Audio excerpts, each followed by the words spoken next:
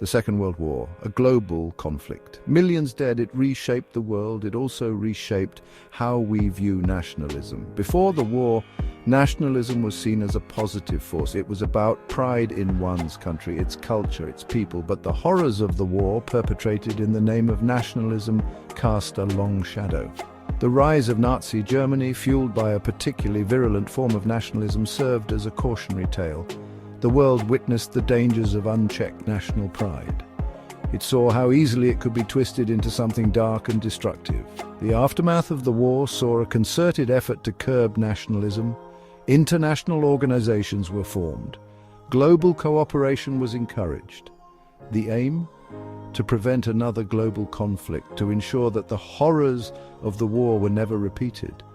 This meant challenging the very notion of nationalism. It meant promoting a more global, interconnected world. Hitler.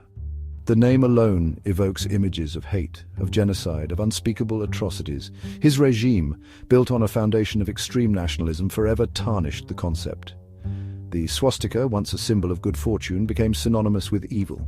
The world, still reeling from the war, was quick to associate nationalism with Hitler's crimes.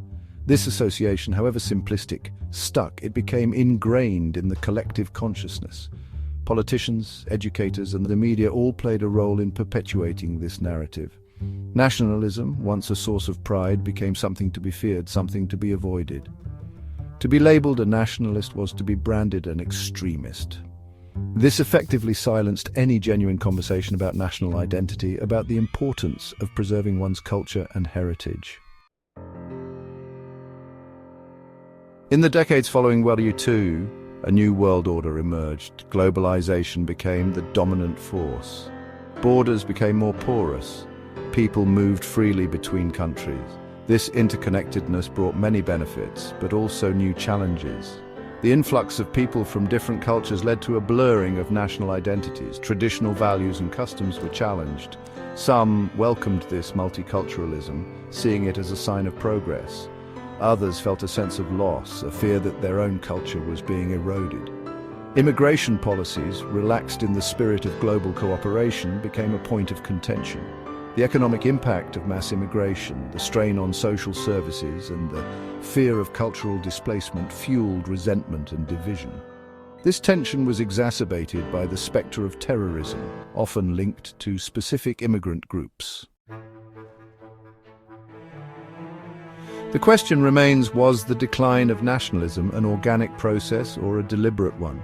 Was it a natural consequence of globalization or a calculated move by powerful entities? Some argue that a world without borders is a utopia, a world free from conflict and division. Others see it as a dystopian future, where national identities are erased and global corporations hold sway over a homogenized populace. They argue that the weakening of sovereign nations leads to a power vacuum, one that is easily filled by unelected bureaucrats and multinational corporations. Without a strong sense of national identity, without a shared history and culture, people become disconnected. They become easier to manipulate, easier to control. This raises important questions about the future of democracy, about the very nature of citizenship in a globalized world.